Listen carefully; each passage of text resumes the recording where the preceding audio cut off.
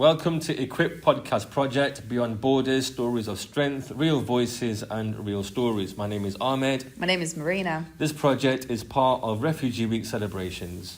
Here we explore the idea of community as a superpower by speaking with people who are actively supporting refugee and asylum seeker communities across Warwickshire.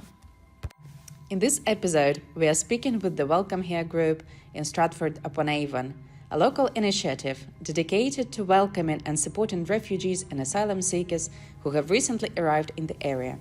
Joining us today are three of the group's key members and active leaders, Roger Matthews, Will Clare and Cathy Lloyd.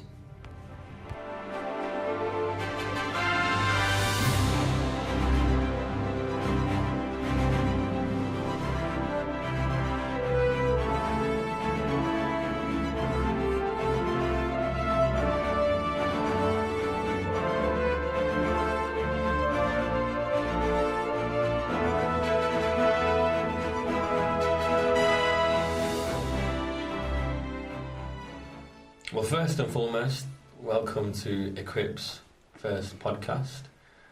Thank you for coming, giving us your time, and we're super excited to hear your inspiring, interesting stories, and I'm sure you have so many. I think, Roger, if you could start and share some story of how Welcome Here was created and how it all started, would be great. How it all started? Yeah. It started really when, to be fair, the district council announced it was going to be hosting 12 families from Syria, refugees from Syria, and that announcement was made nearly 10 years ago now. And obviously there were a number of people, churches, people in Amnesty International and so on, who said, well, what can we do to respond to this? And over the next pretty much 12 months, it took that amount of time to get it all organised. We basically discussed how we might work with the likes of, the county council, district council, others who were involved in settling, if you like, refugee families. And we came to the conclusion that really what we should be doing is welcoming them. They were coming into a new community, and we've all done that sort of thing if we've moved about the country or whatever, but they were coming into a new community in a different country, speaking a different language, and just having someone around who could tell them about how things are done, where you can find things and so on, someone who they could sort of get in touch with if they had questions. So that was what really we felt volunteers could offer to them, and that was really how Welcome Here started. We had quite a few people who wanted to help out, and when the first two families arrived at the end of 2016, we basically got involved, and it has snowballed since then. Cathy, what inspired you to start supporting refugees and asylum seekers? It was actually when the Ukrainian people started to arrive in the UK. I found Welcome Here on Facebook, really feeling the need to want to do something to help. Joined Welcome Here, then enrolled in Roger's coffee mornings to welcome the Ukrainians, and ended up coming at least once a week to just sit and chat with people and have coffee and get to know them. And as the Ukrainian people kind of settled into Stratford, it sort of died off a little bit, and I was then at a bit of a loss as to quite enjoyed this, meeting whole groups of new people from different culture. It's fascinating. And then the asylum hotel kind of appeared on our doorstep, and we started doing English lessons there. And it's kind of snowballed from there, from a once a week English lesson to something every day to do with the asylum seekers, because there are so many of them, and it's a fluid thing. So they're leaving, they're coming, they're leaving. It's non-stop. And then the people that stay here when they get their leave to remain, we've befriended them by then. We've become part of our sort of circle, and we helping them continue their journey to settle and live a wonderful life here. So it's ongoing and bigger every single week. But it's always fabulous. Something different every day, virtually. But it's been wonderful. the benefit that we have is that we speak English well enough, so we can find solutions to the problems that people that perhaps can't speak such good English would struggle to find. I guess as part of that would be the application forms. Everything that you don't give it much thought until you're in that situation. But also on an emotional level too, isn't it? Rather than just the forms and things, it's the friendship and the friendship somebody that can be turned to. Absolutely. Yeah, so it's absolutely. It's wonderful and / tiring and emotionally exhausting at times. But overall it's a wonderful experience. What did bring you to the team? I retired and from my work, and my work involved travelling a lot around the world and working around the world. So I'd spent a lot of time in China and India, and then most recently 3 years in Turkey, opening a company out there. And it was just at the time that the Syria crisis was really building up. In fact, when Welcome Here was first thought of, I guess. And so I was seeing a lot of refugees, literally millions of refugees, come across the border.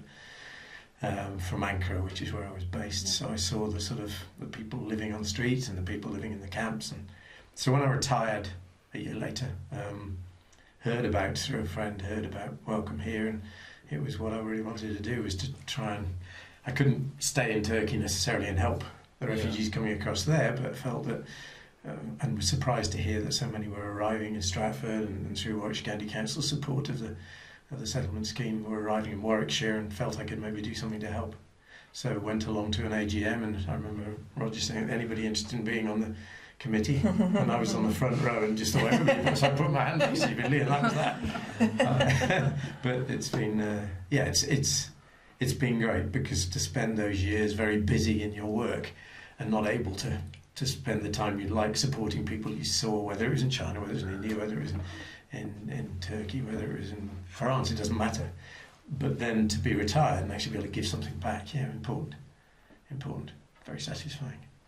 Amazing. So on that note, what would you say is your superpower when it comes to helping others? I wouldn't claim I have any superpower in terms of back to work. I guess I started out in my career as a lawyer, then moved into industry and running and opening businesses around the world, which involved fundamentally project management on a fairly big scale. So the bits where I feel I've been able to help, or at least I found that I could sort of slot in, was where some coordination was needed around a significant project, be it delivering food parcels at Christmas, whether it be organising a trip for Afghans living in a local hotel, trip out and even drive the bus for them. It's that sort of thing, the coordination element of it.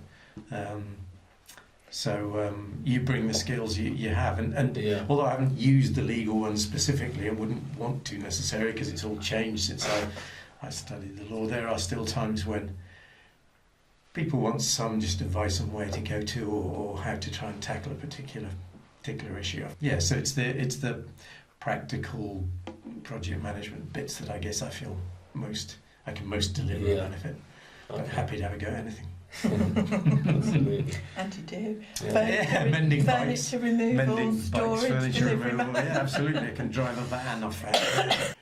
Working within a Welcome Here, or helping within a Welcome Here, is a very different thing, really. It's a bit more ad hoc, as Cathy said earlier. We're not experts. We don't claim to be experts. We're learning very much as we go along. Sure. I mean, I remember the day that we were told that next day there'd be 150 Afghan refugees arriving because of the Afghan crisis, arriving at a local hotel. What can you do to help? Well, none of us could claim we were experts, but we could think through what would those people need in terms of help with lessons, in terms of help with children, in terms of help with clothing, in terms of help with so many things. So we could try and put ourselves in their situation and try to help, but none of us are experts in those things at all. Yeah, and that's when your superpower kicks in, because you have to put those hats in. That's all superpower. Yeah, you have to put that hat on to be flexible, adaptation, and to help because of what you've seen and what you've done in your past life, and you will be able to implement that into another. You can't go off and have a committee meeting for 3 months. You have to be there the next day. Yeah, it's less planned in that respect, but then that's perhaps a good thing as well. It makes it more challenging. Absolutely. Absolutely. And Cathy, if your journey as a volunteer was a superhero story, what would your title be? You're all looking at me with anticipation. I really don't know, because I feel that none of us are claiming to be a superhero. We're part of an amazing, brilliant team of men and women, and my people that I work closely with in the asylum hotel have become my best friends as well, which is a wonderful thing. And we're a team. It's not. I wouldn't give myself a superhero name. We are a superhero team of hard-working, committed, turn your hand to anything women, because it is mainly women that help at the hotel. So I wouldn't know what to call us, but they are amazing, and I couldn't do what I do without them, and I hope that they would say the same too. So we're just a superhero team. Yeah, good answer. Yeah, that's true. Because we are. Yeah. We all deserve. I mean, Maryna sort of hand-selected the three of you anyway, so she was like the Three Musketeers. the Avengers. The Avengers, So that says in itself the fact that you three must be the pioneers of volunteering and what you've actually done and achieved. And it's a pleasure, me personally, and I'm sure for Maryna too, to be in your presence and hearing what you have to say. 100%. Thank you. But I think you could have selected another three. Yes, you could. And although you'd have had different stories, these are also people making significant contributions to the lives of refugees and asylum seekers. So I would endorse what Cathy's saying. It's not about us individually. It's about the number of people and the commitment we'd all be that they should. lost without one another, wouldn't we? And we do lean on each other, even though we probably kind of work in slightly different areas of Welcome Here now as it's grown bigger, but we still need one another and lean on one another. And we happen to be on the committee at Welcome Here, but the truth is there's a much, much wider team that runs into the dozens and dozens and dozens. You know, we're probably talking 100 people who commit their time and do different tasks for Welcome Here, and none of, as a committee, we couldn't achieve anything without those people, so they're just as important. Okay, Roger, was there a time when you saw the community really means in action, and tell us about it? I think, and this is going back really to the very beginnings of Welcome Here, as I said, there was a lot of interest around. You bump into people and they'd say, oh, what's going on? And so in the middle of 2016, we thought, right, we'll organise a public meeting. There was a woman called Carol Roberts from the District Council who was very heavily involved in the initial organisation. She'll come and talk and tell people, and we'll see. And so we thought, well, we'll hold it in the Quaker Meeting House because it's not that big. We don't want a big church hall and a dozen people and everybody thinking this is all there is. So we held it in the Quaker Meeting House, which has a maximum capacity of 36, and it was obviously a bit beyond capacity. We sent round a signing up sheet saying, do you want to be involved? Do you want to help? Yeah. And when we got all those signing sheets back, 72 people had been there. It was the middle of June. It was a warm, dry night. We had people standing outside with the windows open, listening in to the room because they couldn't get in. Yeah. And I think that was when I realised, that there were a significant number of people who wanted to be involved, who wanted to help, who were prepared to sign up to things. And in a way, it was there visually. It was there physically because you were crammed in. You could tell very much that this was something, a cause, call it what you will, a mission that people in Stratford wanted to be involved in. And I think, it remains with me. It's so very striking to have such big numbers coming forward when we thought, well, we get 24, we're doing well. But we had 3 times that number. And it snowballed from there. We have over 300 people on our mailing list now. And as has been said, in terms of the number of people who have been active, who've done things, who maybe have done English lessons, who have gone and talked, who've given people lifts. There's all sorts of different things people have done. there's at least 100 people have been active, as well as obviously, people will sign up to be passive supporters, sending some money. And so you have that very strong sense that this is not something that just a few activists are involved in. This is something where there is a local community, and you can take it beyond just simply the people on Welcome Here's mailing list, because we've got things like the Birthplace Trust, Shakespeare Birthplace Trust, the Royal Shakespeare Theatre, National Trust locally, several different organisations who have also made contributions.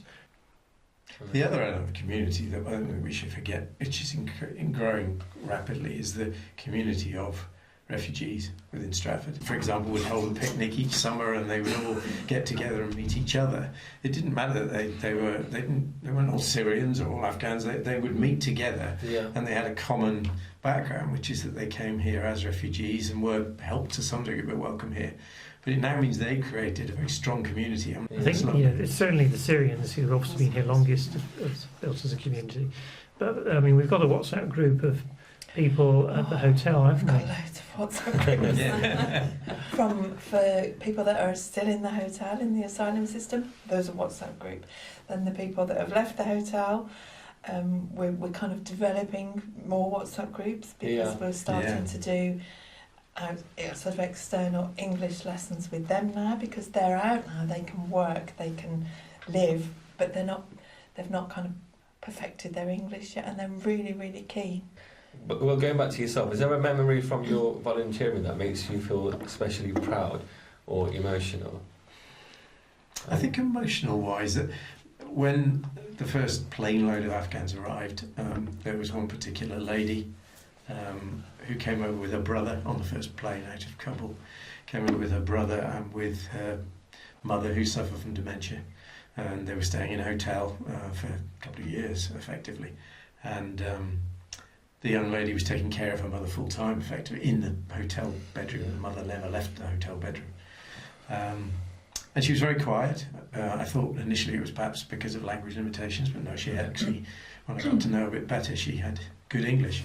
And so I was interested to find out about her background, but one of our golden rules is don't pry. It's entirely up to refugees whether they want to share their story or not share their story.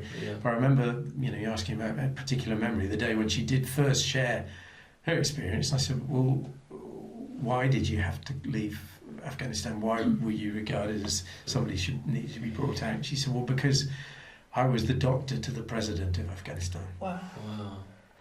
She was his doctor for 7 years. And this is and I suppose the lesson I learned personally was never ever take anybody for granted. To me, this was a quiet, kind lady taking care of her mother. She was also the doctor to the president of Afghanistan. And it was, we tried to help her. I tried to help her get a job to restart her medical career. It was a difficult one because she was told early on that she had to start that again, right from scratch. There was no transferability of her skills from Afghanistan to the UK, and was actually told, well, we could give you a job, but it'd be sweeping the floors at the moment. And to help her through that, and at the same time trying to help her negotiate hours that would allow her to take care of her mother, and so for me it was quite an emotional experience, but also just a shock to find that somebody you'd been talking to for 2 or 3 months had that experience, really. And that's why she was brought out, because she and her family were targeted by the Taliban. I find with a lot of the people that we meet, I think because of the media there's a misconception. Particularly with asylum seekers, for example, that they're all fighting age young men here to just, I have met some of the most interesting, fascinating, well-educated people with, dental surgeries in Afghanistan, lawyers, engineers, architects, all a whole range of people doing different things. So I think the media portrays one picture, what they want to portray, of course, for negativity, and in reality we're meeting people that are incredible humans, and they just want what we all want, really, is to just live a safe and happy life. Yeah. who are risking their lives for their children and for their futures, Yeah. are often the bravest, hardest working, Yeah. Oh, yeah. most dedicated people. And I feel humbled by meeting So them do most I. of the Yeah, time. I can imagine. Yeah, I feel privileged Yeah, to exactly. meet them, Yeah. and Exactly. spend time with them, Yeah. because I've often sat and listened when they've opened up enough to share and think, would I be that brave if I was in their position? Yeah. Would I take my child and get on a boat on the ocean in the middle of would I be that brave? I would like to think I would be.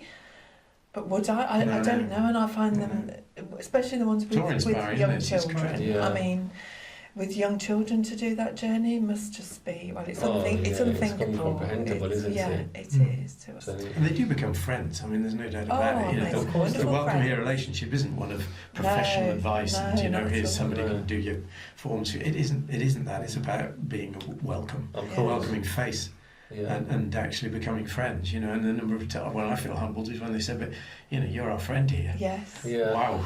It was a responsibility, but at the same time, It we is. had 2 new granddaughters born in the last 3 weeks. Oh, okay. Which is wonderful. The first thing that happened is for each granddaughter, we got a parcel through from a family of Palestinian refugees Oh. with baby grows and clothes for these Oh. children. And I said to my daughters, this is the most humbling experience that my daughters and my granddaughters Yeah. Yeah. are being clothed by Palestinian refugees. And you wouldn't have experienced that if we hadn't been involved. So back to why we're involved, it's partly Yeah. the not pleasure, but the satisfaction that we get from Because being I able think, to help. And I don't know about you, personally, I would never probably have met people No, from exactly. No. Iran, Iraq, Afghanistan, Syria, Sudan. Yeah. I'd probably never have met No. people from any of those countries, possibly, for the rest of Mhm. my life. So now I feel really privileged. But what I have realised more than anything is that we're just all the same, really. Oh, yeah. We laugh at the same 100%. things. Some of us are luckier, that's all. Yeah, Some of us but are we're just all the yeah, same luckier kind of humans. We where we all happen to like be. the same. Yeah. It's Yeah. quite wonderful. Yeah. Quite wonderful thing. We're very lucky. Yeah. Okay, so is there any story about a person or some situation that taught you something interesting or unexpected? Yeah. We're talking about stories. Lots of stories, but probably working in the asylum hotel, the first kind of group of ladies that we had that came to our English lessons would talk to us about their life back in their country, and just kind of learning the differences with what they are not allowed to do and how they have to live their lives as compared to what we are allowed to do, and how we can live our lives in this country as women, and the freedom that we have, and that if I conducted my life as I do, if I lived in their country, that I would potentially have been executed Yeah. for things that I just take for granted here. Yeah. So there's loads of Yeah. moments Right. that you don't forget, that make Yeah. you think, wow, and to make me understand why they've Yeah. come to somewhere Yeah. safe and just want to live Yeah, happily, That's it. normally. Yeah. So Good. interesting and fascinating to learn about cultures. It really is. isn't it? Mm. They're all so different. Yeah, Yeah. Just they are. sometimes not to be rude, Yes. when Yes. you just meet them and Mhm. Definitely. start a Absolutely. conversation. Yeah. Actually, my own mum, when I said that I was going to help in the asylum hotel, she kind of, at first, Yeah. said, "Oh, will you be okay?" And then when I said that I was bringing my daughter along, who's Yeah. 24, she's not a baby, Yeah. my mum was horrified and said, Yeah. "Will you be okay?" And I said, well, I wouldn't take her to somewhere that I felt uncomfortable, Yeah, sure. first and foremost. And I have more fun and laughter Yeah, and yeah. warmth in there for a few hours a week than I often Yeah. do from outside of the hotel. Yeah. It's not what people think. An asylum hotel isn't as scary. I'm sure possibly some of them are, but ours is nice, Yeah. isn't it, Roger? It's a good feeling. Cathy, okay, so what do you feel most proud of in your volunteer journey?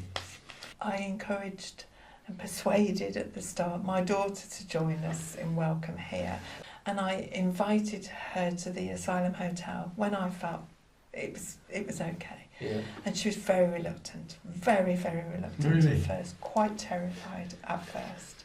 Now she is the backbone of the asylum life, isn't it? Oh, She wow. loves it. She gives 1,010% Yeah. every single day. Even Oh. when she's not there, she Yeah. works. She'll have that and till the day she dies. she She's has got that. grown her whole in life, confidence, and she has grown from Yeah. Yeah. that experience. Everybody loves her. I'm really proud of that. Oh. And I want her to spread the Mm. news and Yeah, spread the so word sweet. that you can help Yeah. too. We can all do our bit, however Sure. young or old we are. It's very inspirational. Yeah, isn't it? it's an eye It's opener also, really isn't it? Oh, yeah. Amazing. Roger, if you could send a message to future volunteers, just continuing how was the kind of discussion, what would that message be? I guess when people volunteer, they usually think about what they are giving, if it's their time or particular skills or experience that they bring to the use of that time. And we're all like that. When someone asks us to help out, we're thinking, what are we giving? But I think what you'll have heard from us all as we've been talking is how much we have got out of it in terms of meeting people, finding out about other cultures, just get that basic sense of these are human beings. They have joy, they have sorrows, and so on, and we can be connected to that, and it expands you personally, I think, to be involved in that sort of thing. And so I think what I would say, if volunteers in this particular area, yes, you may feel you want to make a contribution because these people need help. Refugees, we know, always are facing barriers, challenges, and so on. If you can help a little bit, you can make a contribution, but you will also get so much back. Yeah. Well, and what legacy do you hope your volunteer work leaves behind? I think it would be mainly focused on people just. Because I loved the words "welcome" here when I first went to the committee meeting. It's that feeling of being welcome, the fact that people are coming, feeling friendless, feeling actually that most of society is against them, and that they're fighting to get anywhere physically and from another country, or physically to rise through the structures of their countries, and just to feel that actually somebody's welcoming them. So if I can make them feel welcome, that would be good. The other one touches on what Cathy just said, actually, which is a legacy towards my own children and my own grandchildren. That isn't a reason to do it, but it's been one of the biggest things I've seen. So my daughter is a teacher. One of my daughters is a teacher, and when she was at university studying teaching, she chose to spend her evenings teaching English to Pakistani children living in Oxford, in poorer areas of Oxford. Oh, wow. And she specifically spent her evenings doing that. And she said, well, yeah, but because I see what you've done and what your colleagues at Welcome Here have done. Yeah. So that's another legacy, which sounds a bit more of a selfish one, but to pass on to your family this international perspective of life, I guess. Yeah. Well, thank you very much. Thank you. Thank you. That was. Well, is that it? I won't ask you more questions. I told you, Cathy, earlier, didn't I? That you'd It be gives some flying. thoughts, Yeah. does I know, it? yeah. Our conversations give some thoughts. But no, thank you so much for you. The guys have amplified your stories in a superb way, and honestly, I feel overwhelmed just by hearing it. But yeah, there were some goosebump stories that you mentioned as well, and I hope you guys, God gives you the strength to continue to do what you're doing, and I wish you guys all the very best. Thank you. Thank you for your time today. Thank you. Pleasure. Thank you.